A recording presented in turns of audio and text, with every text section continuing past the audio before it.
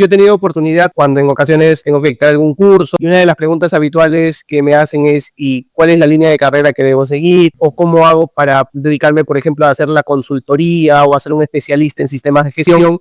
Veo que se centran mucho en el cumplimiento de papel, ¿no? En el artículo, que si el plazo, o sea, detalles de forma cuando deberían ponerle el esfuerzo en lo que realmente sume y aporte para la prevención y protección de los trabajadores. Debería segmentarse los tipos de auditores según quizás el tipo de sector o empresa que vas a auditar, ¿no? Para empezar por ahí, porque, bueno, un auditor de una profesión o de un sector podría auditar cualquier otra, siempre y cuando los representantes de los trabajadores, ¿no? En consulta lo acepten.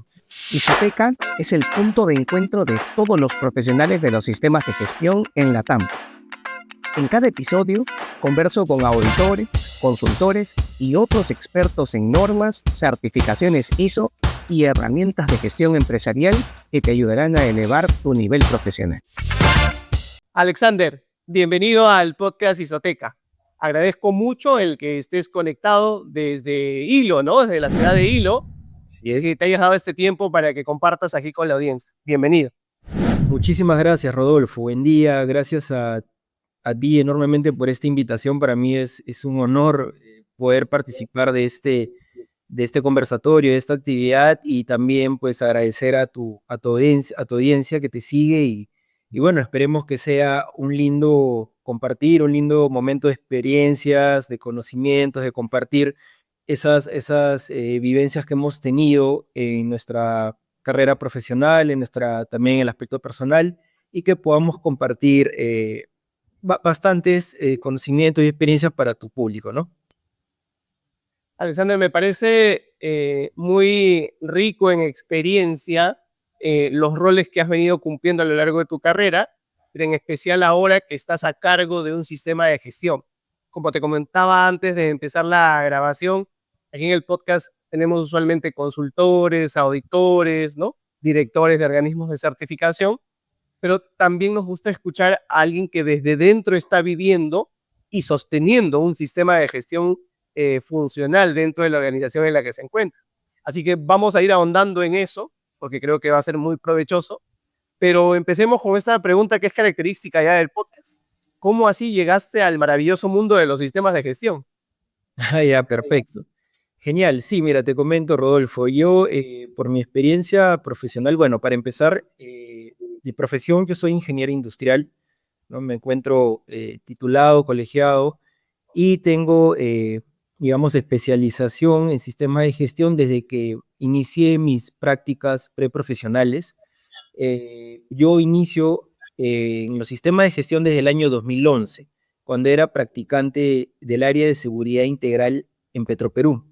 Eh, en este año 2011, la empresa Petroperú ya contaba, digamos, con un sistema de gestión, pero enfocado a un control documentario que ellos tenían como un lineamiento interno, ¿no? Del propio de la empresa. No tenía todavía, o bueno, al menos en las operaciones de oficinas administrativas y operaciones comerciales en el que yo estaba designado, no se tenían sistemas de gestión, digamos, reconocidos, internacionales certificados, ¿no? En otras operaciones, como Talara, Oleoducto Norperuano, hasta operaciones con Chan en la refinería, sí ya tenían avanzado parte de estos sistemas de gestión y estas certificaciones, pero en el 2011 en oficina principal y operaciones comerciales es que empiezan recién con la implementación en estándares internacionales debido a que justo el 2011, y es una bonita coincidencia que yo he podido tener sobre todo en la parte de seguridad en el trabajo, es que en agosto del 2011 se promulga la ley de seguridad y salud en el trabajo, ¿no? Yo justo estaba en esa etapa, aparte de estar en una etapa de formación apoyando al área de seguridad integral, justo viví el cambio de gobierno de ese entonces, donde entra Ollantumala en el año 2011, y a un mes que él ingresa a su gobierno es que promulga esta ley, ¿no? Entonces pude ver ahí justamente la necesidad ya de preocupación cuando vieron el artículo 168A que integraron al Código Penal, donde pude ver a mis supervisores y jefes del área preocupándose por este detalle y donde ya esta ley te daba un marco de implementar un sistema de gestión de seguridad y salud en el trabajo, ¿no? Y es justamente que a mitad de año para adelante, luego de que se aprobó la ley, digamos, se ponen las pilas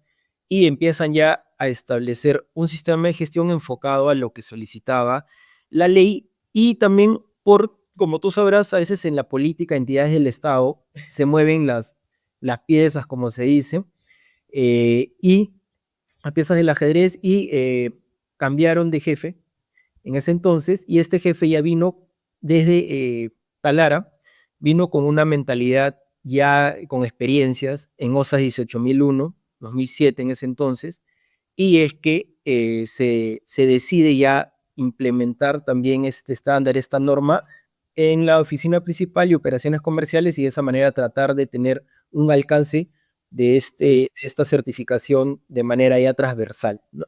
Entonces, eso fue cómo inicié yo a apoyar en sistemas de gestión, empecé a leer la normativa, a entenderla, cuál era el enfoque, y eso a la par, también la lectura de la 18001-2007, de ese entonces la OSAS, para poder entender mucho más lo que pedía nuestro jefe ahora con los nuevos objetivos, los nuevos retos, ¿no? Y bueno, en mi participación, obviamente como practicante en formación, era más que todo elaborar mapa de riesgo, apoyar en los flujogramas de los procedimientos instructivos.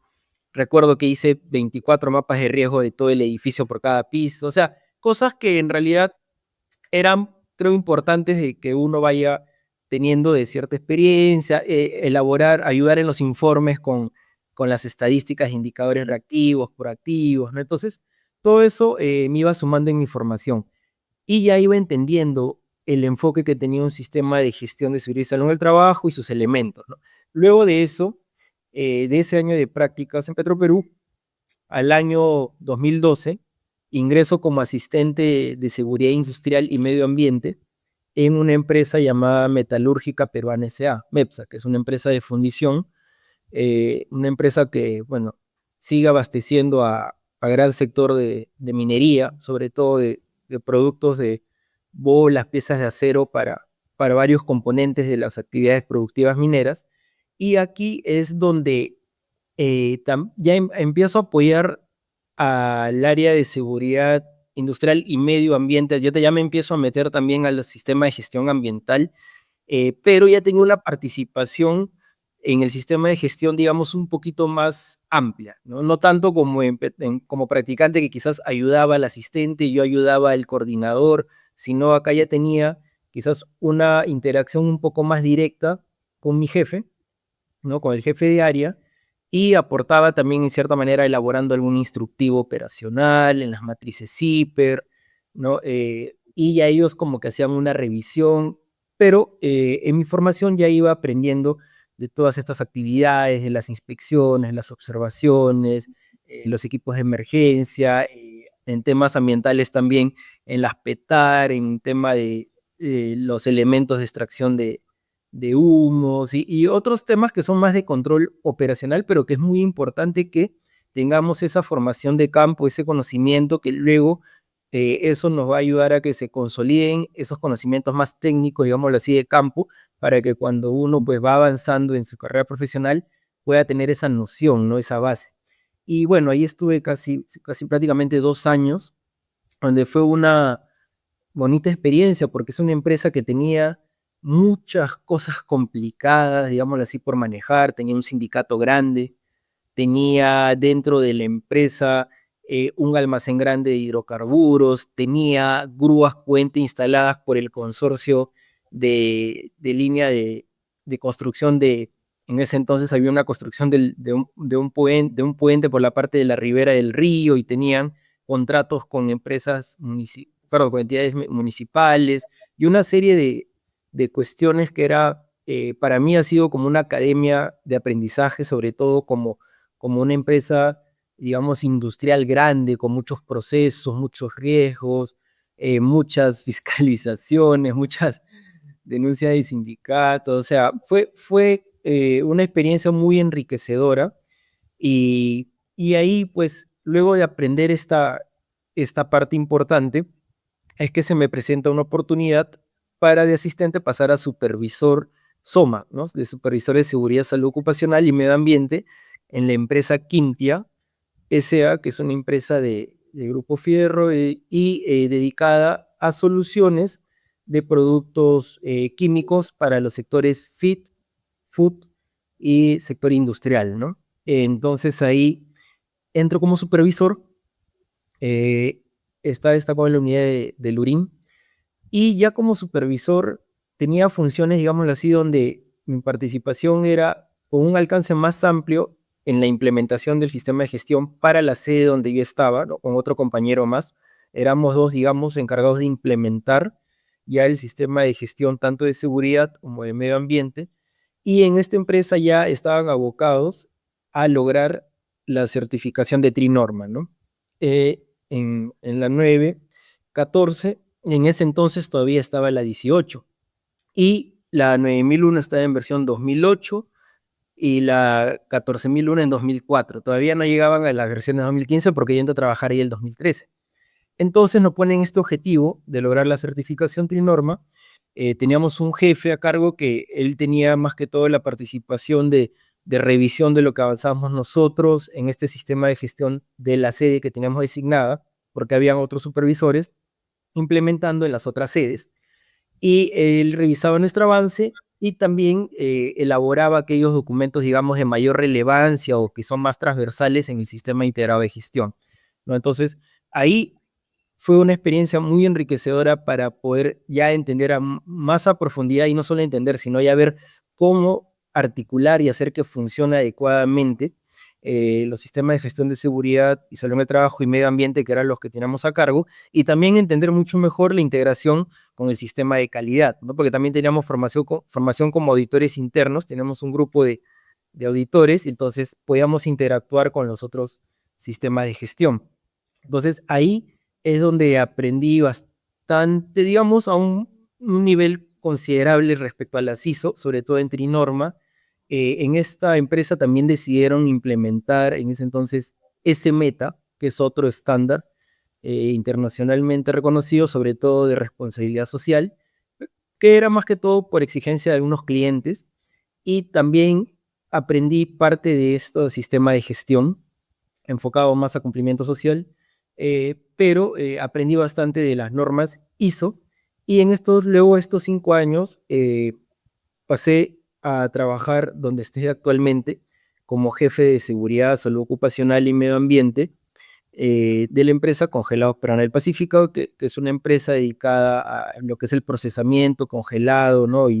y comercialización de productos hidrobiológicos, digamos que es el sector industrial pesquero, en donde ya lo que tengo de función principal ya es la administración del sistema de gestión de seguridad, salud ocupacional y medio ambiente, ¿no? Entonces, creo que ese paso de años desde practicante, asistente, supervisor y luego poder llegar a ser jefe, considero que es muy importante, ¿no? Poder tener esa base desde varias perspectivas, tanto en campo, tanto en la parte normativa, el tema de la interacción con varias partes interesadas, de las organizaciones, entender más de los procesos, de los riesgos, de las contingencias que pueden presentarse, ¿no? Entonces, eso creo que enriqueció bastante para que hoy en día pueda avanzar, pueda seguir mejorando, manteniendo el sistema de gestión integrado en la empresa donde laboro actualmente, y también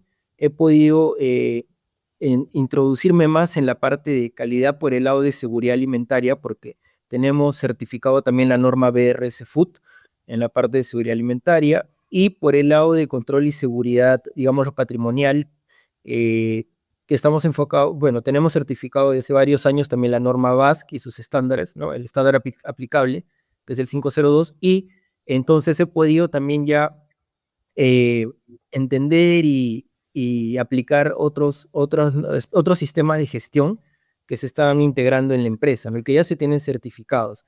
Y lo que sí comentarte es que donde trabajo actualmente no tenemos certificadas normas ISO porque la decisión fue, digamos, por estrategias de la empresa, estrategias también comerciales u otros requisitos de partes interesadas, fue enfocarnos al estándar S-Meta 4 pilares, el cual cubre la parte de cumplimiento laboral, seguridad y salud en el trabajo, la parte de medio ambiente y la parte de ética de negocios, ¿no? Entonces, estos 4 pilares se implementa con la parte de seguridad alimentaria, de la calidad y seguridad alimentaria por el lado de BRC Food, y también se complementa con la norma BASC que tenemos implementado, y de esa manera poder cubrir todos estos aspectos de los sistemas de gestión que tenemos en la empresa, ¿no? Entonces, es lo que realizo actualmente.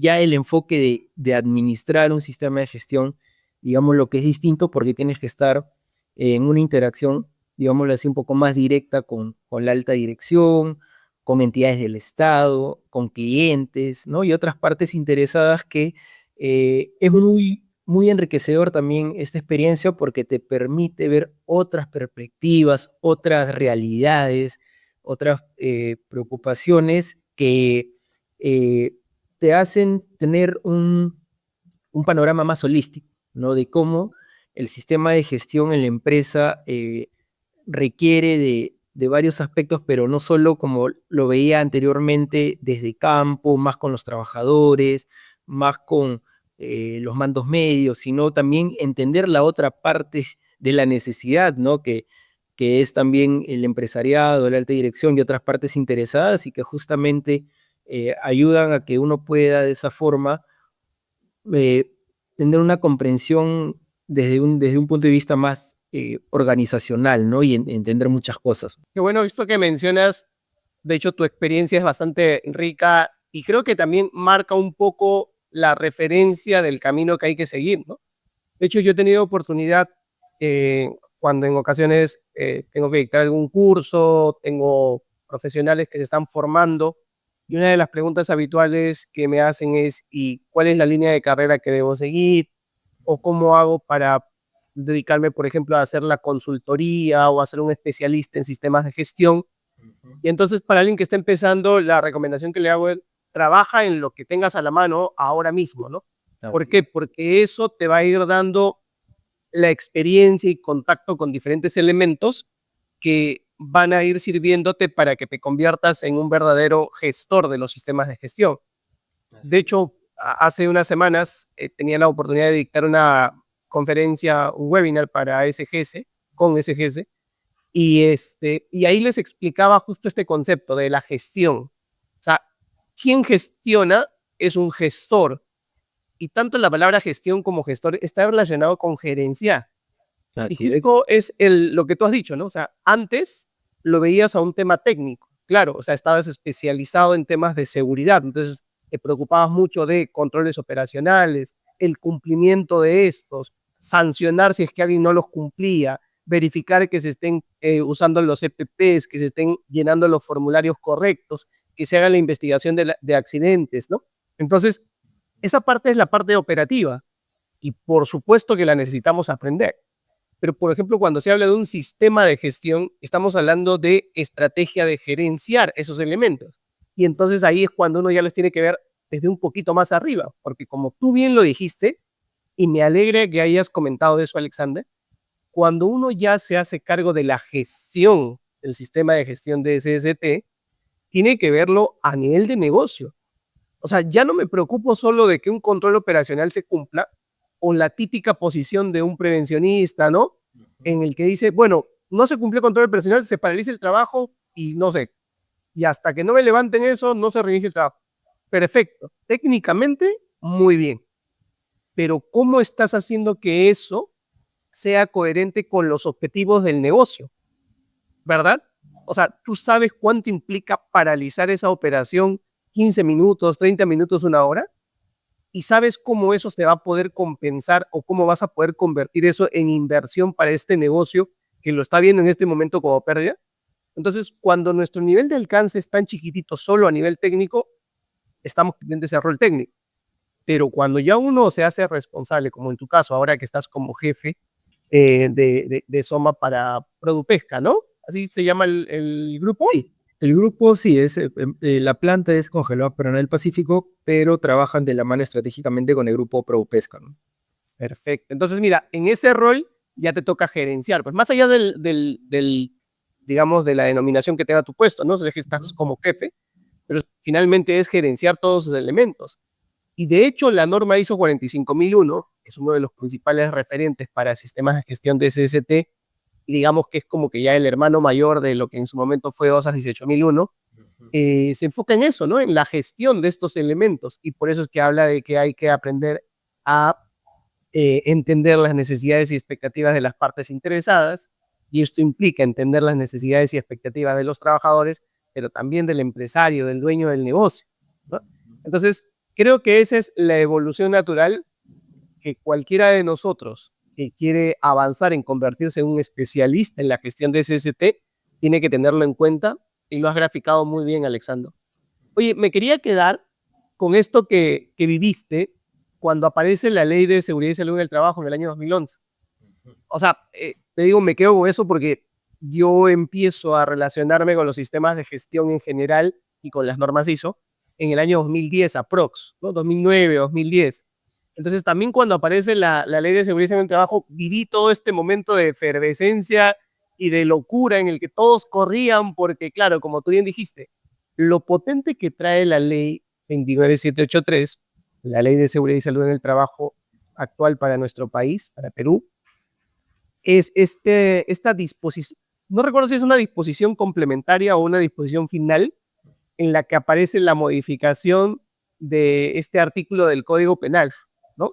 En el que, en resumidas cuentas, lo que dice es que si se demuestre que hay negligencia en un accidente de trabajo, el representante legal podría asumir la responsabilidad penal.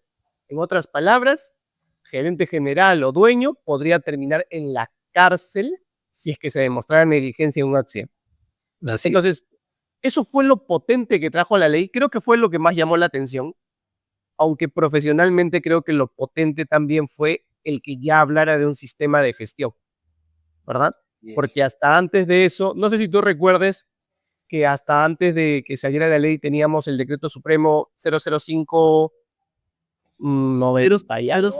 009-2005 TR. 009-2005, ¿no? Claro, claro, que era el reglamento de seguridad y que era, digamos, lo transversal que teníamos todas las empresas en el país, y después estaban los reglamentos sectoriales, ¿no? Que, digamos, tradicionalmente minería, hidrocarburos han sido muy, muy exigentes en materia de SST, pero todos los demás sectores no, ¿no? Entonces, eso fue lo nuevo que trajo la ley, y de hecho creo que elevó el tema de seguridad a un nivel más importante, ya asumiendo esto de sistema de gestión, ¿no?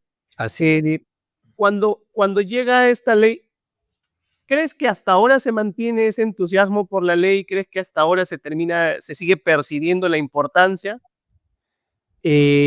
Bueno, definitivamente en ese entonces fue digamos, una preocupación que generó bastante revuelo, digámoslo así, pero considero que en el paso de estos años, mira, yo llevo casi, pues desde ese entonces, casi 14 años de que sucedió, eh, siento que, si bien es cierto, un gran sector del empresariado lo tomó en consideración, sobre todo las grandes empresas que están más, digamos, asesoradas legalmente, ¿no? Que tienen áreas que le dicen, mira, tienes que alinearte a esto por tales contingencias, por tales posibles riesgos. Eh, Creo que un grupo sí se puso a alinearse en ello, pero como no hubo un efecto, porque es la verdad, o sea, el primer caso de responsabilidad penal asignada por este artículo 168A recién ocurrió el año pasado, ¿no? O sea, luego de 10 años, perdón, de 13 años de promulgar esta ley, y a lo que voy es que en estos años anteriores, desde que salió la ley y se reglamentó en el 2012, no hubieron casos que marquen, digamos, una alerta grande o una preocupación mayor de lo que sostenía, digamos, indicado en esta disposición final transitoria. y complementaria. Y eso creo que hizo de que, mira, siguen habiendo muertos, siguen habiendo lesiones graves. Es más, la estadística desde el 2011, desde que está la ley hasta el día de hoy, tiene una tendencia a la alza bien marcada, ¿no? Y pese a que se estableció una política nacional de seguridad y salud del trabajo al 2030, ¿no? Con un Consejo Nacional de Seguridad y Salud en el Trabajo, que establece los objetivos a largo plazo a nivel nacional en seguridad y salud en el trabajo, y una serie de, digámoslo así, estrategias que el gobierno hizo, pero pese a esas acciones que han establecido, lamentablemente la tendencia tanto de accidentes de trabajo no mortales como mortales es hacia la alza, ¿no? Entonces, a lo que voy es que todos estos años han habido una gran cantidad, un promedio de 30.000 accidentes con descansos médicos, ¿no? Eh, al año, 30.000 al año, y un promedio de 250 accidentes mortales al año. Entonces yo digo, en todos estos años han habido 250 accidentes mortales al año, si lo multiplicamos por 13 años o 14 años, solo ha habido un caso eh, de responsabilidad penal asignada, ¿no? O sea, es como que tratar de entender de que de toda esta cantidad de accidentes mortales, solo uno, digámoslo así, que tuvo designación de responsabilidad, hubieron condiciones inseguras o factores organizacionales que contribuyeron a ese accidente de trabajo, lo cual yo considero que no creo que sea así. Ahora, no se trata de que yo quiera tener una posición de que hay una gran culpabilidad al empresariado. En realidad no es mi posición, sino que sí debe haber una posición justa, ¿no? Y que a todos se les tenga, digamos, que medir con la misma vara, ¿no? No es que haya porque, o sea, ¿qué sucedió con los demás accidentes de trabajo de toda esta estadística? O sea, no hubo otro caso, ¿por qué no lo hubo? Si es quizás estrategias de los abogados, estudios jurídicos con los que deciden también asesorarse, que también sabemos que por ese lado uno puede deslindar responsabilidades de una manera estratégica por el lado legal, pero a lo que voy es que desde esa promulgación de la ley, en todos estos años, como no hubo una mayor alerta, una mayor aplicación, digamos, un sentir más estricto por parte de esta normativa en el aspecto de responsabilidad penal y también en el aspecto de responsabilidad civil, ¿no? Porque recién en los últimos años he podido ver por ahí desde el 2010, de 2016 en adelante, recién he podido ver que en los estudios jurídicos han empezado a aplicar con mayor incidencia el artículo 53, si no me equivoco, de la ley, o sea, la parte que habla sobre la responsabilidad de daños y perjuicios, ¿no? En caso de accidente de trabajo, por, digamos, incumplimientos de la normativa, y por ese lado sí es que han empezado a ver, digamos, resultados de reparaciones civiles cuantiosas, ¿no? Estamos hablando de, hay casos de 100.000, 200.000, 300.000, hasta $500,000 que he visto por una indemnización por daño moral, daño emergente, lucro cesante, ¿no? Y demás perjuicios que pueda generarse esa persona por la vía civil. Y bueno, y también SUNAFIL por la vía administrativa. En los últimos años también te hablo por ahí de lo que he podido leer de las jurisprudencias y precedentes que se tienen en materia de seguridad social en el trabajo. A partir del 16 para adelante es que ha empezado de a poco a tener una incidencia mayor que alerte y preocupe más a los empresarios, ¿no? Entonces, por ahí siento que recién pasado más de 10 años es que se están poniendo más alerta, más pilas, a veces desde el punto de vista reactivo, cosa que no debería ser, pero sabemos que el empresariado en el Perú, por varios aspectos y cuestiones externas, justamente es que a veces se sienten en la necesidad de quizás, aunque no es lo correcto, pero se sienten en esa necesidad, en esa presión de actuar reactivamente, ¿no? Entonces, ese punto veo que recién por ese lado los últimos años está teniendo un mayor impacto, y por otro lado también lo que he visto en los últimos años es que ha surgido mucho el tema de homologaciones con contrataciones del Estado u otros tipos digamos, licitaciones, ¿no? Donde están puntuando, ¿no? Dándole cierta puntuación o valor a los sistemas de gestión certificados en las empresas, sobre todo contratistas, proveedores, Y por ahí sí he podido percibir y percatarme de que es donde le están poniendo la preocupación muchos empresarios, sobre todo por las exigencias de sus clientes, en este caso quizá un proyecto, una obra, o clientes de minería grande, donde te exigen, no, tú vas a ser mi contratista, no sé, quieres estar homologado de Odelpe, o Mega, o de Grupo Romero. Veo varios casos donde, no, tienes que estar homologado, tienes que tener una puntuación de cumplimiento de 100% en este, y empiezan a alocarse por ya implementar todo su sistema de gestión, pero que todavía se siente que hay ese espíritu reactivo, ¿no? Es como que, no, si es que hay problemas legales, penales, civiles, ya me pongo las pilas. Si hay necesidad de que para que facturemos más, necesitamos implementar para cumplir y que el cliente se sienta satisfecho y tranquilo, ya implementamos, ¿no? Entonces, eso es algo, considero yo, difícil de cambiar.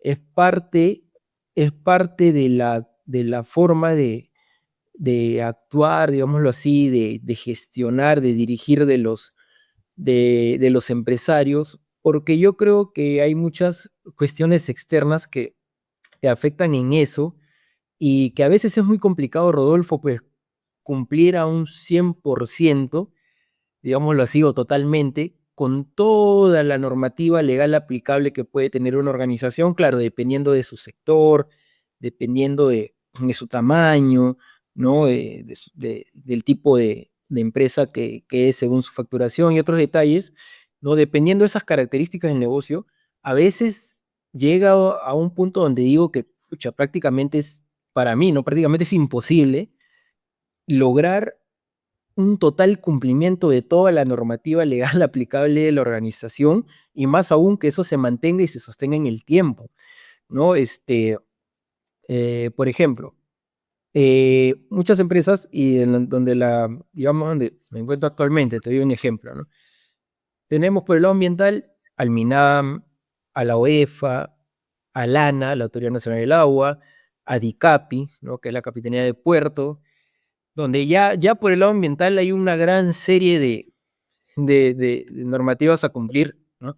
Luego por el lado, bueno, de sanitario tenemos a Sanipes, en otras empresas tienen, en el rubro de la agropecuario, tienen a Senasa, está Digesa para otros tipos de alimentos, está Digemit para el tema farmacéutico, SUNAT con el tema de tributos, aduanas, en seguridad y salud de trabajo la SONAFIL, en la parte de extracción productiva Produce, que te controla al milímetro, cada pescado prácticamente. Tenemos a la parte municipal, ¿no? La licencia de funcionamiento, los certificados ITSE que hay que renovar cada, cada 2 años, bueno, dependiendo del tipo de nivel de riesgo y empresa, pero bueno, por ahí ya se vuelve complicado, y si tienes por ahí, no sé, hidrocarburos almacenados en cierta cantidad, 30 yaros sin Armin, entonces, cumplir con todas estas exigencias normativas, pues yo lo veo casi imposible, y te lo digo desde mi experiencia, lo que he podido ver, y cabe mencionar, Rodolfo, que en el Perú actualmente creo que son más de 3 millones de empresas formales que existen, pero de esas 3 millones, solo el 0.5% son grandes. Estamos hablando de 12.500 empresas de las más de 3 millones. Ahora, 12.500 puede sonar bastante, pero en realidad para todo este mundo de empresas es poco, es poquísimo. Y yo he tenido la oportunidad de trabajar de empresas que se consideran grandes por su nivel de facturación, ¿no? Y en mi experiencia puedo decir que, pese a que son grandes, igual sufren muchísimo para cumplir con todo. Se sufre muchísimo. Entonces yo digo, si ese 0.5% está sufriendo de esa manera, y las medianas es un porcentaje mínimo, pero las micro y pequeñas empresas representan el 95, un poco más del 95% de empresas en el Perú.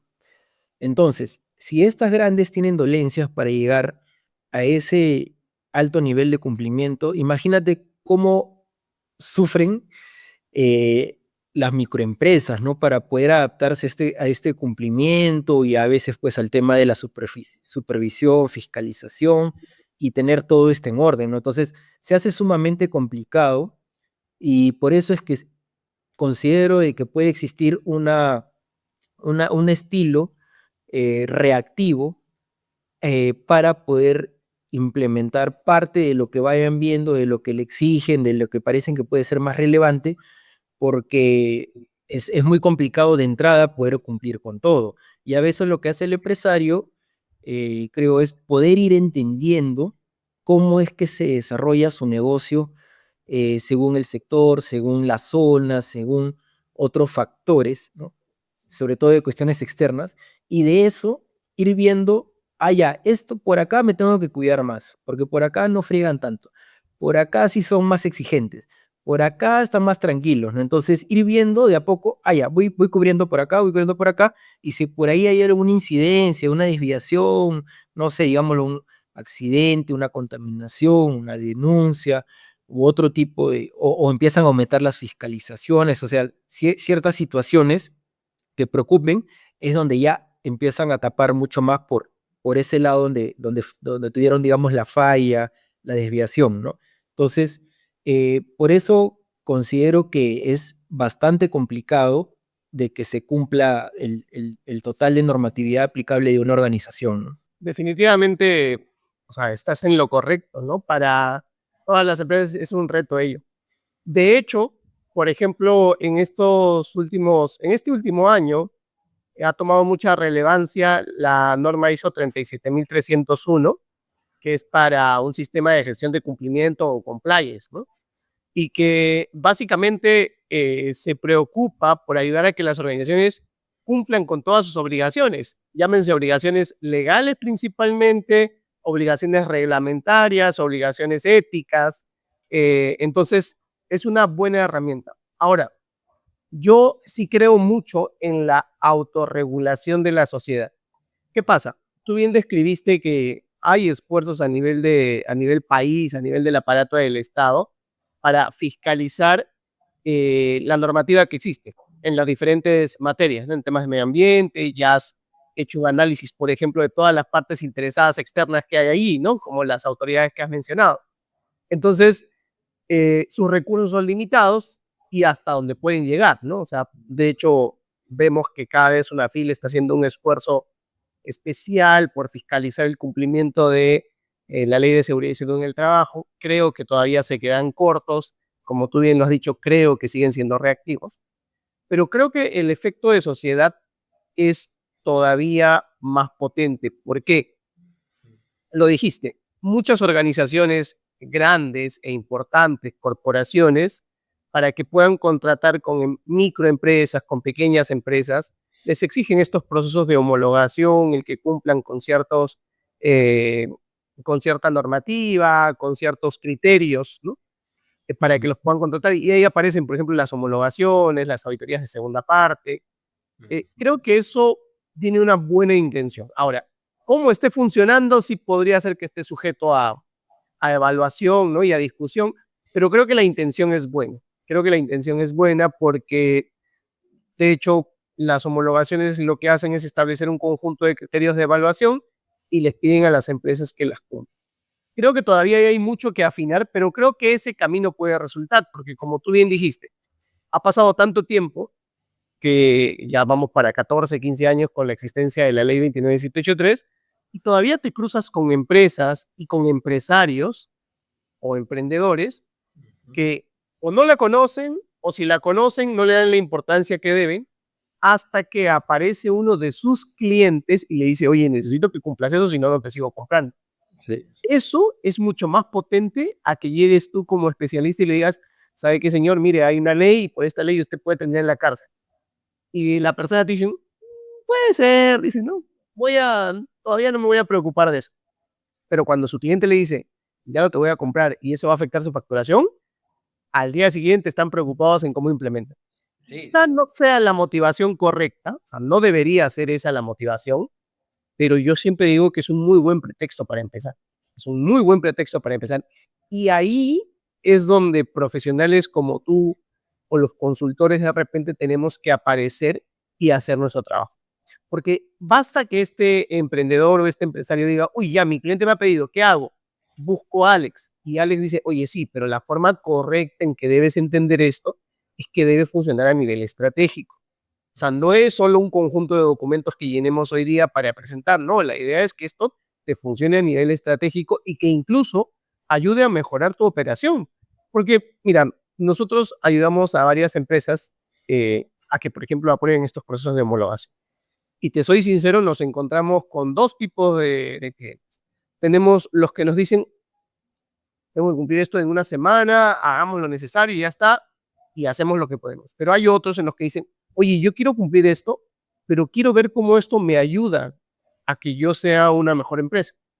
Y entonces, así abordemos el tema de seguridad o de medio ambiente, los ayudamos a ordenar sus procesos, a ordenar sus tareas y por lo tanto a que causen una mejor impresión en su cliente, a que cuiden más sus recursos, a que generen menos desperdicios, porque desde el momento en que tú dices, oye, tú generas residuos sólidos peligrosos, esos residuos sólidos peligrosos tienen que seguir un proceso de gestión correcta.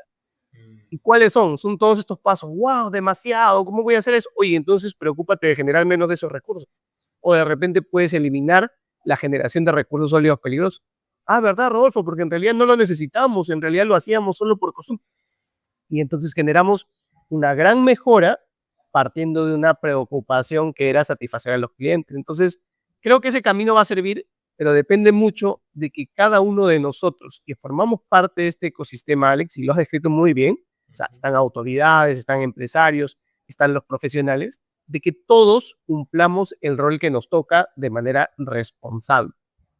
Y aprovechando esta experiencia que tú has tenido, me gustaría, y creo que esto va a ser de beneficio para la audiencia, has estado en sectores, digamos, con un alto nivel de fiscalización. Me gustaría que de pronto nos describas en qué consiste estas fiscalizaciones. Tomemos, por ejemplo, a Sunafil como referencia para el tema de ley. ¿Cómo has vivido estas fiscalizaciones? ¿Y qué recomendaciones podrías dar para alguien que de repente está comenzando a liderar el área de SOMA y que está próximo a recibir fiscalizaciones? ¿No? ¿Qué te parece si nos compartes un poco la experiencia por ahí? Sí, perfecto, no hay problema. Sí, te comento, bueno, cuando he tenido experiencias relacionadas a inspecciones de Sunafil, que bueno, en realidad Sunafil se crea, si no me equivoco, desde el 2013 o 14, es una entidad adscrita al Ministerio de Trabajo y Promoción y el Empleo. Me acuerdo que al inicio, cuando estaba, por ejemplo, la fundición 2012, venían los inspectores, pero como Ministerio de Trabajo, todavía no había Sunafil. Y tenían, digamos, otro orden, otra manera de hacer las supervisiones, pero ya cuando empieza el tema de Sunafil, ya tienen, digamos, otros procedimientos, ¿no? Y cuando he tenido visitas que suelen tener orden de inspección, a veces son disuasivas, a veces son inductivas, requerimiento de información, otras son ya, digamos, que pueden ser por un carácter de denuncia, ¿no? O pueden tener diferentes modalidades por las que vienen a la empresa a fiscalizar, pero digamos que es una orden de inspección programada, ¿no? Donde normalmente lo que pues hacen verificar es, mayormente, en mi experiencia, se centra mucho en que tengas un comité de seguridad y salud en el trabajo, si tienes 20 más trabajadores, o un supervisor de SST elegido, representante de los trabajadores, si es menor de 20, y se enfocan mucho, por ejemplo, en el proceso de elección, en la convocatoria, si los plazos fueron los correctos, si los datos que colocaste fueron los correctos y designaste adecuadamente, se designó adecuadamente quiénes van a ser los candidatos para representantes de los trabajadores para ver si cumplen con los requisitos requeridos, el contenido de las actas, se enfocan en tema de entrega de PPs, ¿no? Los registros de entrega de PPs, también pueden solicitar las matrices HIPER, el mapa de riesgos que esté ahí exhibido, las matrices HIPER también, se enfocan bastante en solicitar el SCTR, eso lo hacen constantemente, solicitan bastante ese punto. Otra cosa de lo que suelen solicitar, bueno, principalmente es eso, o sea, te soy sincero, en mi experiencia se enfocan bastante en esos puntos que te he indicado. Por ahí puede haber uno que otro caso que te solicite, no sé, por un tema complementario como objetivos y metas, ¿no? Política, u otros documentos o registros, ¿no? De obligatorios, ¿no? Como registros de simulacros, registros de capacitación, pero principalmente se centran en esos documentos o requisitos que te dije al inicio, eh, y deberían, a mi parecer, Rodolfo, tener un enfoque donde se deberían centrar más en la parte de los riesgos y controles operacionales, deberían centrarse más en aquellos riesgos, digamos, importantes, intolerables, críticos o significativos, o como les pueda establecer la organización, y poder ahondar más en esos controles, ¿no? Y ver qué tanto se cumplen esos controles, qué tan efectivos son, ver la idoneidad de la efectividad de esos controles, eh, o sea, ver detalles que en realidad deberían sumar y aportar mucho más a la parte de prevención de esos riesgos que pueden dañar con lesiones graves o hasta pueden generar muertes, ¿no? De accidentes de trabajo. Eh, yo siento que se están abocando hasta hoy en día a solicitar mucho, digamos, mucho papel que no aporta directamente a la prevención. Yo te cuento en una experiencia, un inspector de Sonafil me hizo reconformar, o sea, nuevamente hacer la elección del Comité de Seguridad y Salud en el Trabajo, porque no estaban los datos completos de 2 o 3 postulantes de representantes de los trabajadores. Y en el acta de instalación tampoco estaban completos, o sea, faltaba el segundo nombre o el apellido estaba mal escrito, ¿no? Entonces, por eso se centraron tanto en ese detalle o evaluar si es que este puesto era de confianza o de dirección y que podía quizás no haber sido parte del proceso de elección cuando era un tema de un criterio mínimo para poder definir eso. Entonces, todo el centro de la supervisión y fiscalización se centró en esos detalles de forma que no contribuyen directamente a lo que se necesita y a la dolencia que hay actualmente en seguridad y salud en el trabajo en nuestro país. Y yo digo que pues por ese aspecto, hasta hoy en día hay una mala orientación, no sé si la estrategia que tienen no está bien direccionada.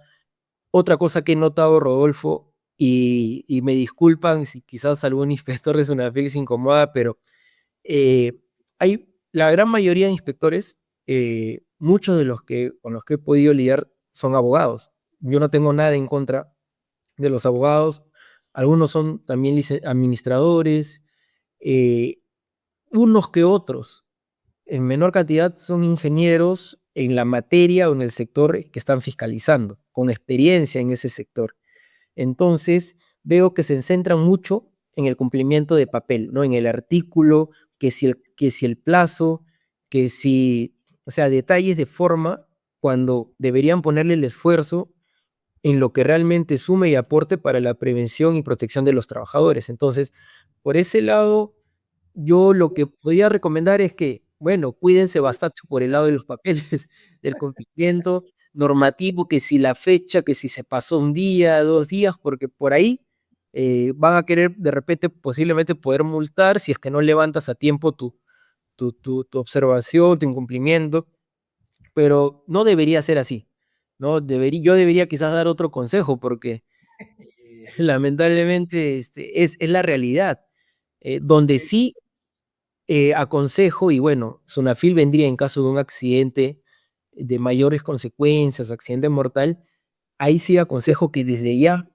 para no esperar esa visita donde te van a poner probablemente, dependiendo de cómo se generó el accidente, una responsabilidad administrativa, que esto justamente sirve como respaldo para una posible indemnización, reparación civil por la vía civil, y también sirve para el respaldo en el Poder Judicial en la vía penal. Entonces, yo lo que sí recomiendo es que desde ya siempre ser bastante preventivo en sus riesgos críticos, en enfocarse en los controles que están abocados a aquello que sabemos que por la identificación de peligros que hacemos y la evaluación de riesgos es donde tenemos que ponerle una mayor atención, una mayor supervisión más rigurosa, hacer más observaciones constantemente a esos trabajadores para evaluar el nivel de cumplimiento de esas reglas y normas establecidas para que puedan cumplir con sus labores, ver cómo ese trabajador en sus factores personales tiene las competencias y digamos, demás necesidades como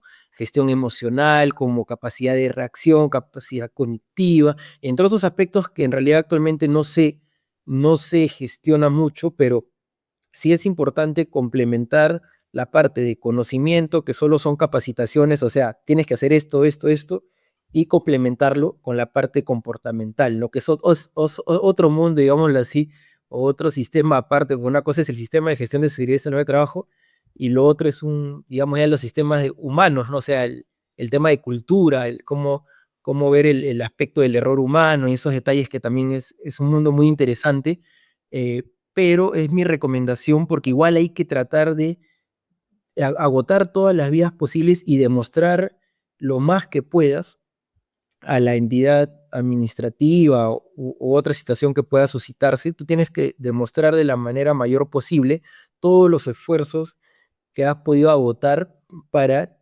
que se demuestre la prevención, ¿no? y protección a ese trabajador. Y de esa manera, pues, evitar contingencias, evitar situaciones desagradables, ¿no? Definitivamente creo que lo que mencionas de Sunafil eh, se traslada a algunas limitaciones técnicas naturales de los profesionales que hacen esta labor de inspección, pues, ¿no? Es obvio que si va a hacer la inspección un abogado, no va a tener pues los alcances técnicos necesarios como para ver si los controles que has determinado en tus actividades de alto riesgo, primero, que están bien diseñados, segundo, si se han implementado correctamente, y tercero, incluso si se están ejecutando. Por ejemplo, trabajos en altura. O sea, trabajos en altura tiene toda una ciencia detrás, ¿verdad? Hasta la forma en la que has elegido los EPPs, la forma en la que les estás dando mantenimiento, la manera en la que lo están usando, ¿no? Entonces, difícilmente alguien que no ha sido formado y no tiene experiencia en ello va a poder identificar fallas sobre eso, ¿no? Entonces, sí entiendo la razón por la que se orientan tanto a temas documentarios, porque, digamos, ahí es donde pueden ver cosas más evidentes que en la práctica. Entonces, creo que sí es una limitación natural de Sunafil, porque como tú sabrás también, tener ese tipo de profesionales dentro de su staff de inspectores es poco sostenible para ellos y también es poco atractivo para el profesional que tiene esas habilidades técnicas que quiera ir a estar como inspector en Sunafil, ¿no? Entonces, digamos que no hay mucho de dónde jalar, pero sí, creo que el nivel de madurez que vaya teniendo también esta entidad, que es relativamente joven, Ujú. también tendrá que ir llevándolos a determinar estrategias más eficientes de inspección, ¿no? Pero ahora, sí, dale. Yo que quería agregar es, otra cosa que he podido notar, y eso lo puedes verificar tranquilamente en las jurisprudencias, en resoluciones de primera instancia, entre otras que emite Sunafil, es que, por ejemplo, ahora que yo vivo en la zona sur, noto la diferencia en cómo, digamos, puede ser la frecuencia y el nivel de exigencia que Sunafil puede tener. Por ejemplo, en La Libertad tú ves muchas jurisprudencias de Sunafil,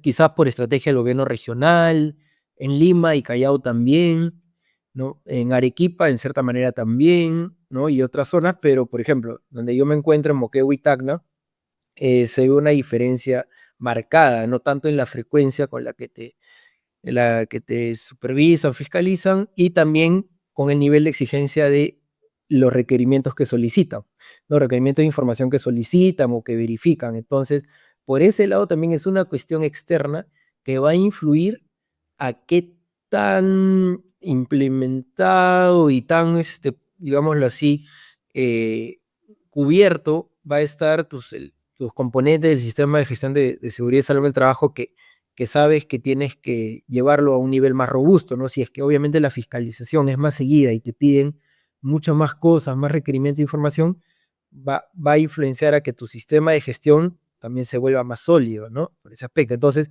son cositas que también van influyendo en el sistema de gestión que se implementa y se mantiene en la organización, ¿no? Y aprovechando esto de que Sunafil va mucho por el tema de forma, ¿no?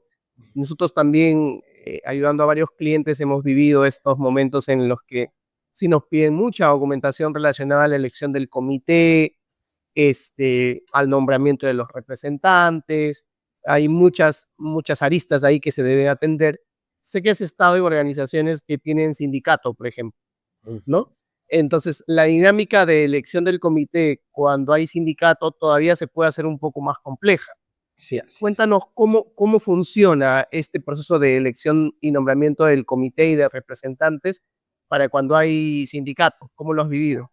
Sí, digamos de manera resumida, la parte diferenciada es que pues la convocatoria la hace el sindicato, ¿no? No la hace el empleador, y es ahí donde, digámoslo así, pues que en cierta manera buscan formar sus listas de integrantes, hacen sus listas de tal forma que obviamente van a querer tener una representación con trabajadores que ya conocen ellos, que puedan generar una mayor presión, un mayor seguimiento, lo cual, digamos, lo considero que está bien, ¿no? Eh, Tener esa representación de ellos ante las reuniones, pero claro, sí he visto cuando ya han sido elegidos,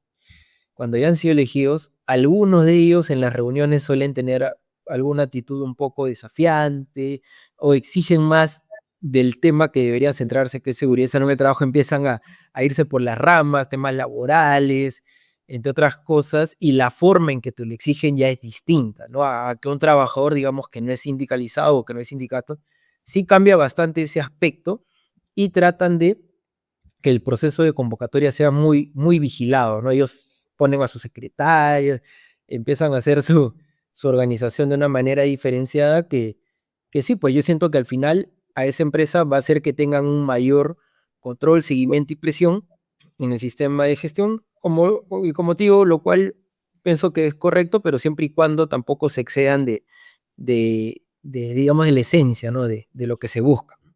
Eso por ese aspecto, ¿no? O sea, lo puedes utilizar a tu favor, ¿verdad? O sea, el nivel de interés que ellos tienen, a diferencia de una empresa, de repente donde no hay sindicato, el nivel de interés que le pone el sindicato a que haya verdadera representación de los trabajadores en materias de seguridad y salud en el trabajo, puedes utilizarlo a tu favor. Algo así como que se lo tomen en serio y de verdad asuman sus responsabilidades. Entonces, pero claro, está todo este extremo también en el que a veces ya lo quieren medio politizar, ¿no? Y ya comienzan a hacer su pliego de requerimientos relacionados a temas de bienestar o a temas laborales, que claro, no es oportuno, pero ahí depende mucho de quien esté liderando eso, ¿no? Como decía por ahí alguien que tiene mucha experiencia y que sigo, decía que hay que tener muñeca para hacer que eso se convierta en un elemento de motivación para el sistema de gestión antes que en una traba o un estorbo, ¿no? Sí, definitivamente lo que mencionas es así y bueno, otra cosa que yo sugiero cuando hay una empresa con sindicato y que fue lo que traté de hacer de manera, digamos, intrínseca, digamos, empírica, de manera natural, cuando estaba en esta empresa, en MEPSA, donde había sindicato, y yo tenía que estar recorriendo más en las áreas operativas, ¿no? En campo, eh, y es ir formando tus habilidades blandas, ¿no? Tu forma, digamos, tu poder de negociación, tu comunicación asertiva y efectiva, de que haya empatía, de que puedas escucharlos, darte un tiempo de poder dialogar con ellos, entender sus necesidades, claro, sin hacerle tampoco promesas que no vas a cumplir, pero decirle, mira, sabes que yo voy a trasladar esta necesidad, voy a ver, te comento, lo tengo anotado, o sea, ir reforzando esa parte de habilidades blandas que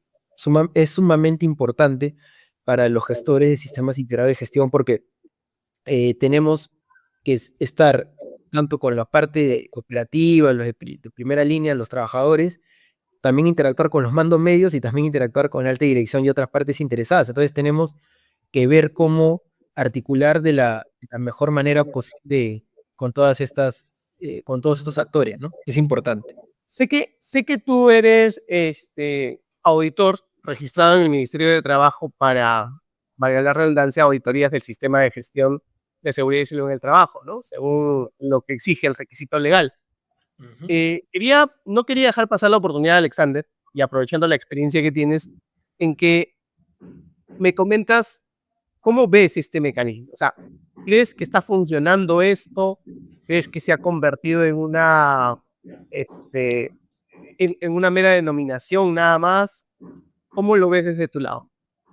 Sí, mira, es un tema interesante, Rodolfo. Yo lo que te puedo decir es que obviamente el espíritu de esta reglamentación, que es el Decreto Supremo 014-2013 TR, que lo que busca es justamente tener un grupo, digamos, seleccionado de auditores que cumplan ciertas competencias para poder hacer una justamente auditoría periódica de los sistemas de gestión de seguridad y salud en el trabajo. Lo que sucede es que creo que lo que debería mejorarse es que debería segmentarse los tipos de auditores según quizás el tipo de sector o empresa que vas a auditar, ¿no? Para empezar por ahí, porque bueno, un auditor de una profesión o de un sector, de experiencia de tal sector, podía auditar cualquier otra, siempre y cuando los representantes de los trabajadores, ¿no? En consulta lo acepten. Pero bueno, esas cosas también pueden llegar a ser manejables, ¿no? Entonces, a lo que voy es que sí, la reglamentación desde la parte normativa ya debería exigir quizás un enfoque de perfiles de auditores para ese tipo de actividad de negocio o sector en el que se desenvuelve, y también quizás por la cantidad de trabajadores o por el nivel de riesgo o nivel de accidentabilidad que registre esa empresa. También considero que debería tener una selección donde indique, por ejemplo, ya, vas a auditar el sector, no sé, industrial pesquero, por ejemplo, ¿no? Entonces tienes que tener un auditor de experiencia en ese sector o con una carrera que esté asimilada a ese sector, y que quizás por el nivel de riesgo o trabajadores o el índice de accidentabilidad, que bueno, ahí las aseguradoras manejan índice de siniestralidad y algunas estadísticas, en base a eso poder indicar ya, por tales criterios debería tener un auditor con mínimo 5 años de experiencia, o mínimo 10, o mínimo 15, o mínimo 20, de tal forma que le dé un mayor peso y respaldo a la calidad de proceso de auditoría e informe que va a realizar, ¿no? Entonces, ese punto creo que debería mejorarse para que haya una mejor objetividad en el proceso de este tipo de auditorías del Ministerio de Trabajo y Promoción del Empleo, ¿no? Sí, pues, lo que has comentado creo que es algo lógico. De hecho, ahora para que uno se registre pues como auditor en el Ministerio de Trabajo, te piden ciertos requisitos, hay ciertos criterios, ¿no? Ujú. Que tienes que demostrarlos a nivel de documentación. Pero creo que también ahí puede ser que las organizaciones aprovechen esta obligación para que de verdad les aporte información y valor.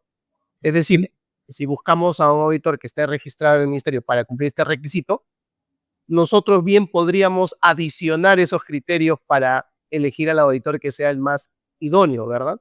Por ejemplo, ¿no? Si te toca elegir a ti un auditor que vaya a hacer este proceso en tu organización, claro, tú podrías agregar estos criterios, ¿no? Necesito a alguien que de repente tenga mínimo 10 años de experiencia en el sector de pesca o en el sector de procesamiento de alimentos, ¿no? Ujú. Y que de repente tenga una formación relacionada a esta.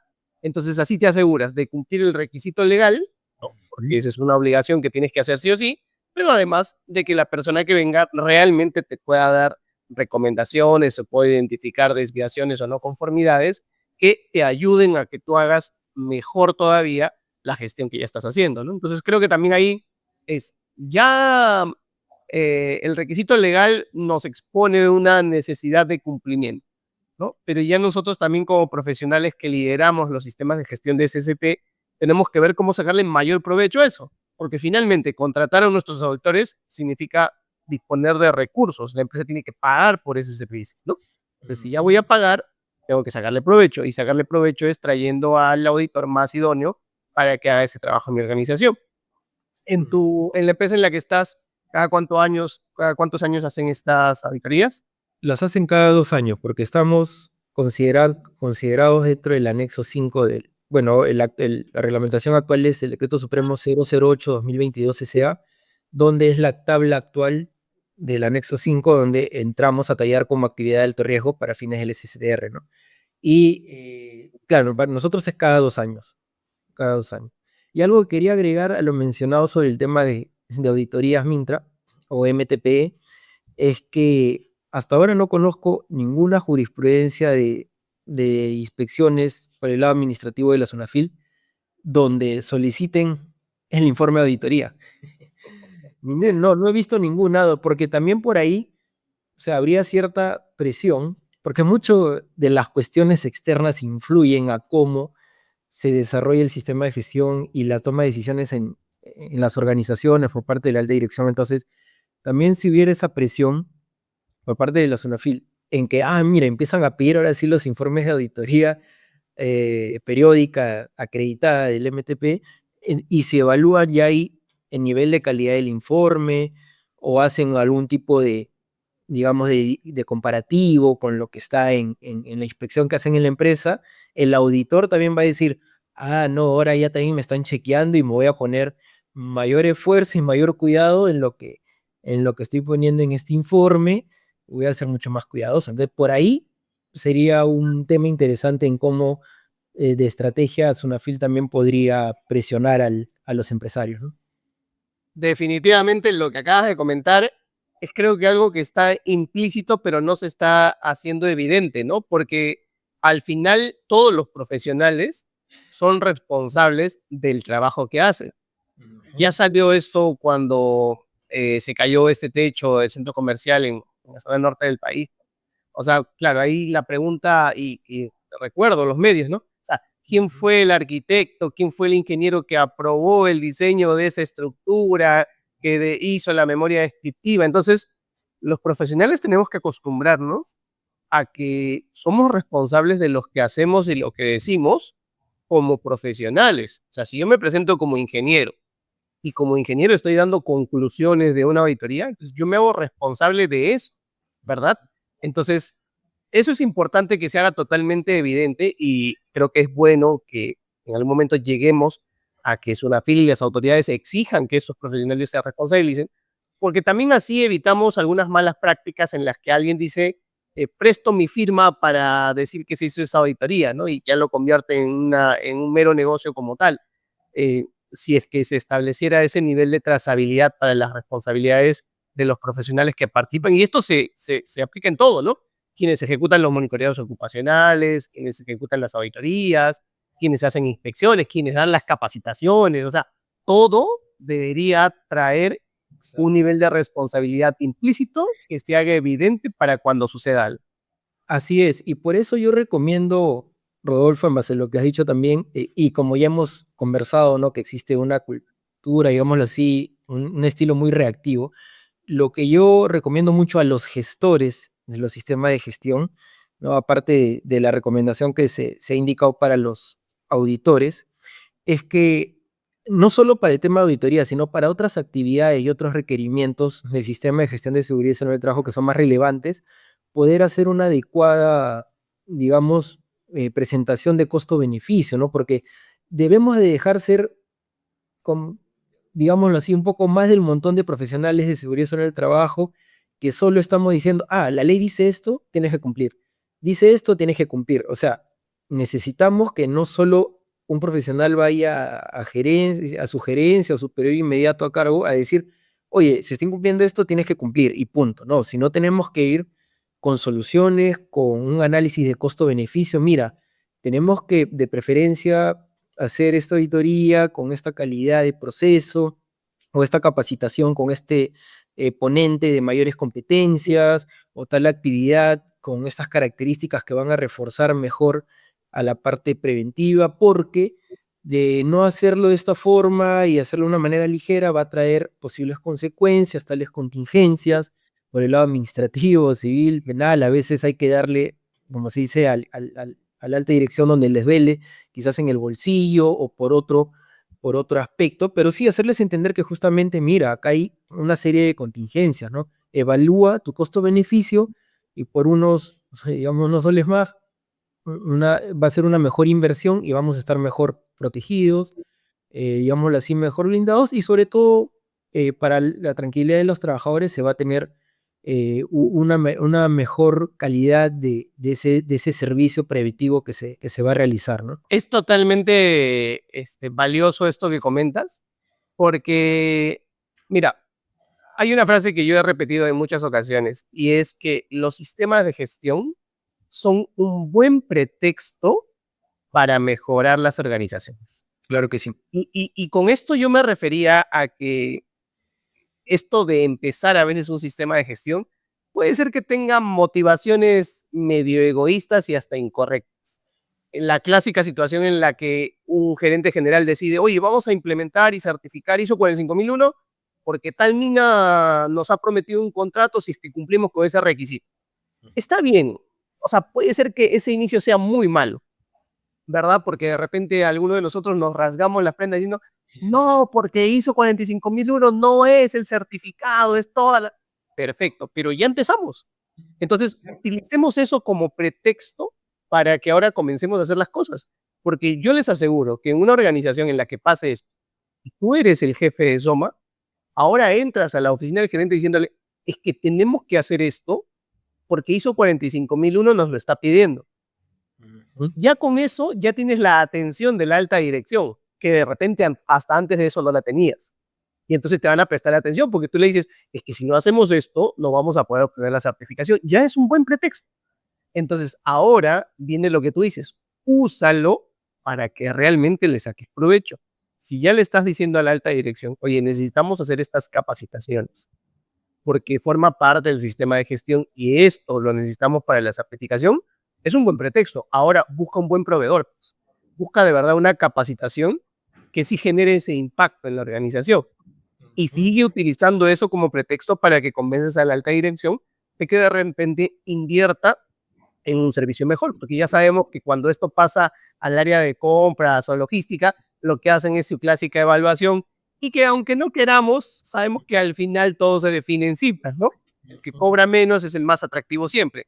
Pero ahí nosotros como profesionales podemos poner nuestro granito de arena diciendo, oye, este no nos va a ayudar a que nos podamos observar en la auditoría. Es más, yo les digo a veces, utilícenlo así. Ya está. No, Rodolfo, pero de repente no es del todo cierto. Sí, pero tampoco es del todo falso.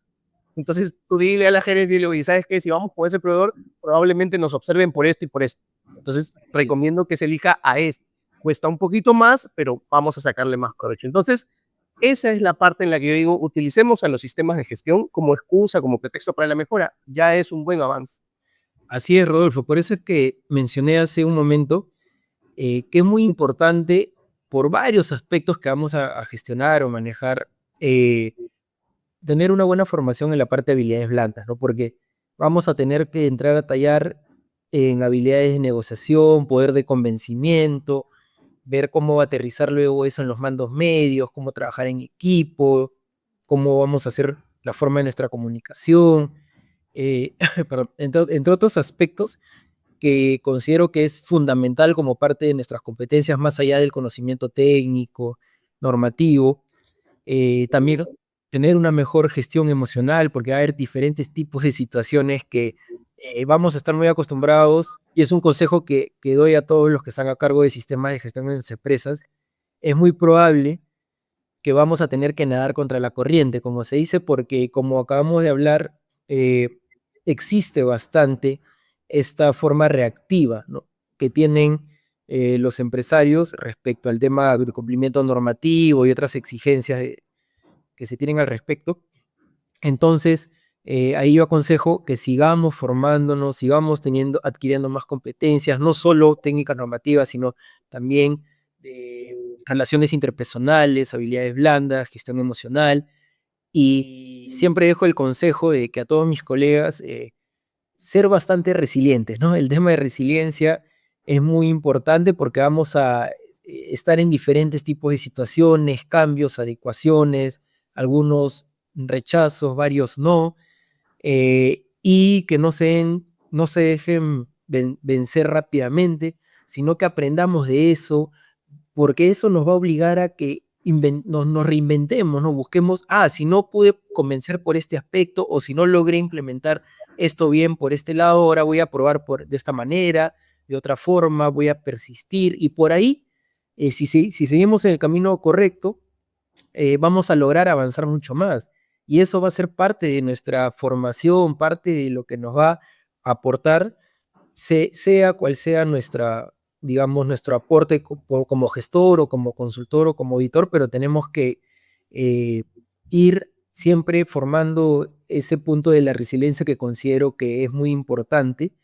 Y te voy a ser sincero, quizás algunos se incomoden en tu audiencia con ese comentario, pero últimamente veo, por ejemplo, consultores con 2, 3 años de experiencia, 5 años, y me he tomado el tiempo de revisar el perfil de ese consultor y como que por ciertos comentarios que hace, como que pareciera de que se rindió de luchar contra la corriente, de que no me dan los recursos, de que, digamos, prácticamente se siente que hay un mensaje de que ya no quise estar en un mundo corporativo o depender de las decisiones del empresario y dedicó rápidamente a querer ser consultor porque uno por ese lado digamos que maneja un poco más a su manera los servicios, sus tiempos, pero bueno, yo también digo, ¿no?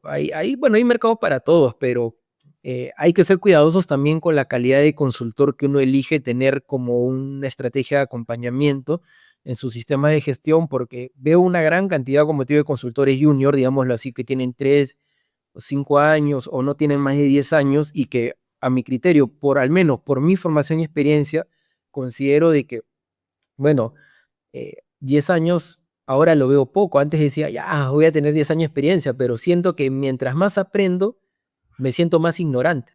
Siento que necesito aprender cada vez mucho más y a veces veo algunos casos que ya se sienten quizás más autosuficientes o muy expertos, pero para ser un consultor considero que hay que tener cierto criterio, cierta autocrítica y ser cuidadosos por ese lado.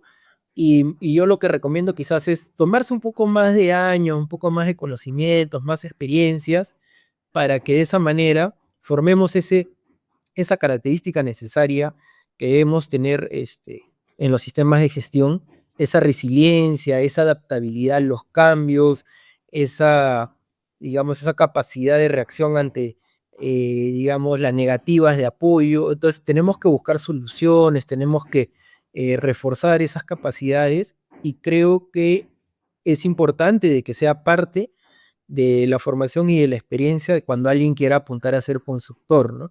Es una recomendación que yo doy. A veces veo que muchos comentarios que tengo hasta de compañeros de estudios y de otros lados, colegas, que me dicen, no, Alexander, ya me cansé, ya que este jefe, que este el otro.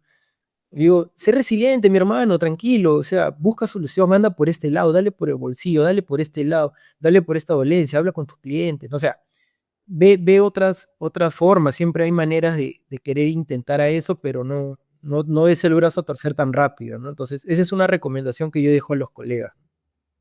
Me parece un muy buen mensaje el que acabas de dar y creo que es un muy buen cierre para este episodio del podcast, Alexander. Estoy seguro que a muchas de las personas que están escuchando este episodio les va a servir lo que acabas de comentar, porque sí, es algo que yo también he visto. O sea, no hay que bajar los brazos, ¿no? No hay que bajar los brazos porque al final el rol que queramos asumir va a tener sus propios retos. O sea, no es que aquí está difícil, me voy allá porque está fácil, porque digamos que en esta vida no hay nada que sea del todo fácil, ¿no? Cada cosa tiene sus retos. Para quienes deciden hacer una carrera como tú en el mundo corporativo, tiene sus propios retos. Para quienes deciden hacer consultoría o ser independientes, tiene sus propios retos. Entonces, a cualquier lugar va a pasar eso, así que no hay que bajar los brazos. Me parece oportuno lo que has comentado. Y Alexander, quiero agradecerte porque, mira, hemos pasado de la hora de conversación y siento que ha sido bastante provechosa para mí. Estoy seguro que va a ser igual de provechosa para la audiencia. Y si quieres dirigir unas palabras finales, este sería tu momento. Sí, gracias a ti, Rodolfo, enormemente grato a compartir esta experiencia, me siento privilegiado de ser parte de tu podcast. Tienes un canal muy enriquecedor, muy bonito, con un enfoque de un conversatorio donde puede haber mucho aprendizaje, cosas que no se ven en otras circunstancias, en otras situaciones, se puede tener un bonito aprendizaje de esto. Te lo agradezco bastante, agradezco también a tu audiencia que pueda estar viendo este podcast, este conversatorio. Y bueno, desearte los mejores éxitos, que todo vaya para mejor en ti y bueno, agradecerte nuevamente por tu invitación. Gracias a ti, Alexander. Gracias por llegar hasta aquí. Si este episodio te dejó una idea, una pregunta o con ganas de más, ya valió la pena. Suscríbete al canal para que no te pierdas lo que viene. Cada semana seguimos profundizando en el ecosistema ISO. Y si te ha picado el bichito del emprendimiento, te invito a conocer la comunidad ISOpreneur, un espacio en el que construimos nuestro negocio de consultoría ISO. Te espero ahí.